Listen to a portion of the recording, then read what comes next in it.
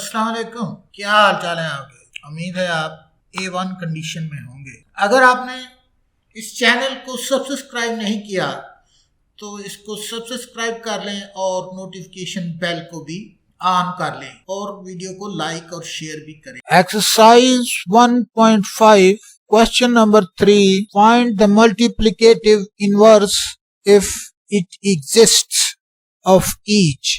यहाँ पर मैट्रिक्स दिए गए हैं। क्वेश्चन 3 के 4 पार्ट हैं। इनमें मल्टीप्लिकेटिव इनवर्स फाइंड करना है। पार्ट नंबर 1 ए मैट्रिक्स दिया गया है जिसकी एंट्रीज -1, 2, 3, 0 है। इनको पहले लिख कर हल कर लेते हैं और यहाँ पर हम लिख देते हैं answer of question number 3 part number 1। A matrix लिख लिया, इक्वल टू का निशान डाला और ए मैट्रिक्स की सारी एंट्री लिखी जो कि -1, 3, 2, 0 है। उसके बाद इसको डिटर्मिनेंट फॉर्म में लिखना है। डिटर्मिनेंट फॉर्म हमें पता है क्या होती है, पैरेलल लाइंस के अंदर लिख लिया जाता है। तो लिख लिया हमने। उसके बाद इसका डिटर्मिनेंट फाइंड कर लेना है। डिटर्मिनेंट फाइंड करने के लिए जो डायगोनल में एंट्रीज होती हैं, ये वाली डायगोनल लीडिंग डायगोनल की एंट्री को पहले हल करते हैं। ये वाली एंट्री को इससे मल्टीप्लाई कर दिया जाता है। 0 जब -1 से मल्टीप्लाई होगा तो वो 0 आ जाएगा, तो यहाँ पर हमने 0 लिख लिया है। उसके बाद -2 जब 3 से मल्टीप्लाई होगा तो 6 आ जाएगा, तो यहाँ पर हम लिख लेते हैं 0 - 6। तो लिख लिया हमने। इसका जो डिटर्मिनेंट है वो -6 आ गया है जो कि 0 नहीं है। तो यहाँ पर इसका हम निशान लगा देंगे। जो मल्टीप्लिकेटिव इनवर्स होता है उसको फाइंड करने के लिए दो चीजों की जरूरत होती है।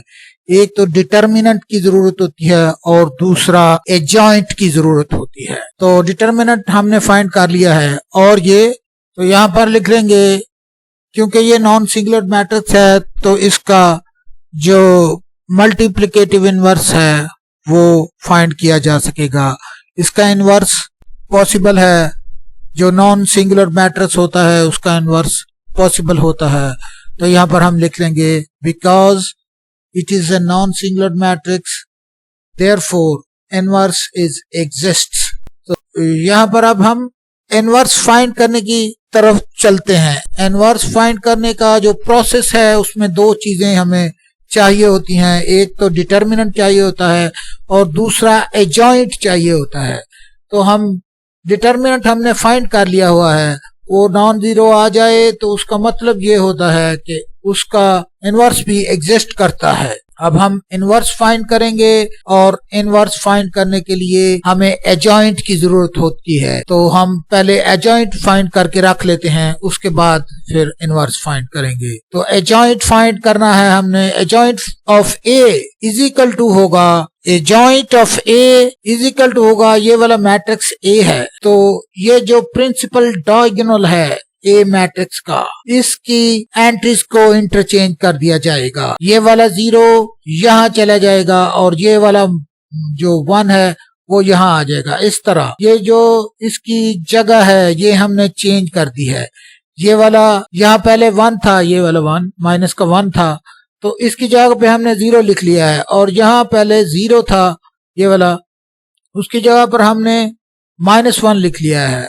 और ये जो नॉन प्रिंसिपल डायगोनल है, ये वाला डायगोनल, इसका नॉन प्रिंसिपल डायगोनल बोलते हैं। इसकी एंट्री जो होंगी का साइन चेंज कर दिया जाएगा। ये वाला प्लस का 3 था तो इसको हमने माइनस का 3 कर लिया है। ये वाला प्लस का 2 था तो इसको हमने माइनस का 2 कर लिया है। तो इसको कहते हैं एडजॉइंट। ए का एडजॉइंट हमने ले लिया है। यहाँ पर हमने एडजॉइंट ऑफ ए मालूम कर लिया है। अब इनवर्स ऑफ ए मालूम करना है। इनवर्स ऑफ ए मालूम करने के लिए डिटर्मिनेंट भी हमारे पास है, एडजॉइंट भी हमारे पास है। अब हम इनवर्स ऑफ ए फाइंड कर लेते हैं।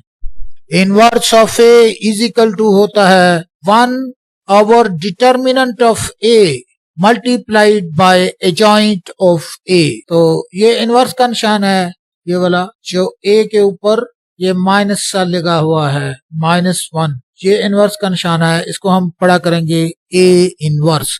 तो यहाँ पर हमारे पास मौजूद था -6 का डिटर्मिनेंट था, तो उसकी वैल्यू और एडजॉइंट की वैल्यू हम यहाँ पर पुट करके अपना जवाब निकाल लेते हैं। शुरू कर लेते हैं। Inverse is equal to 1/-6 multiplied by adjoint of A. Adjoint of A जो मैट्रिक्स है उसकी एंट्रीज आपकी हैं 0, -3, -2, -1 और इसको अब फर्दर मल्टीप्लाई कर देंगे जो तो स्केलर मल्टीप्लिकेशन करने के लिए 1/-6 जो होगा उस सारी की सारी एंट्रियों के साथ मल्टीप्लाई हो जाएगा। 1/-6 सारी की सारी एंट्रीज के साथ मल्टीप्लाई हो चुका है। अब इनको सिंप्लीफाई कर लेंगे। सिंप्लीफाई करने के लिए जब 0 मल्टीप्लाई होगा 1/-6 से तो उसको 0 कर देगा। यहाँ पर भी हम 0 लिख लेंगे। और जब -3 मल्टीप्लाई होगा 1/-6 के तो ये माइनस और माइनस ये आपस में कट जाएंगे और ये 3 1 जा 3 और 3 2 जा 6 होता है तो 1/2 बच जाएगा जो प्लस का होगा तो यहाँ पर हम लिख देंगे 1/2 या 1/2 भी आप इसको कह सकते हैं। उसके बाद यहाँ पर क्या होगा, माइनस है, ये वाला भी माइनस है, ये आपस में कट जाएंगे और 2 1 जा 2 और 2 3 जा 6, यहाँ पर 3 आ जाएगा तो यहाँ पर हम लिख लेंगे 1/3। तो यहाँ पर क्या होगा, ये वाला माइनस ये वाला माइनस, माइनस और माइनस कट जाएंगे और किसी भी चीज के साथ 1 मल्टीप्लाई हो जाए तो वो डिजिट वही रहता है। तो इसी तरह इसके साथ भी जब 1 मल्टीप्लाई होगा तो 1 1 जा 1/6 तो 1/6 ही रहेगा। बस सिर्फ माइनस के निशानों को ये चेंज करेगा या माइनस माइनस से जब डिवाइड होंगे तो ये आपस में प्लस हो जाएंगे। तो हमारे पास आ चुका है इसका इनवर्स जो 0 1/2 1/3 1/6 है। तो यही इसका मल्टीप्लिकेटिव इनवर्स था। यहाँ पर हमने ये वाला क्वेश्चन हल कर लिया है। अब दूसरा पार्ट हम हल करेंगे।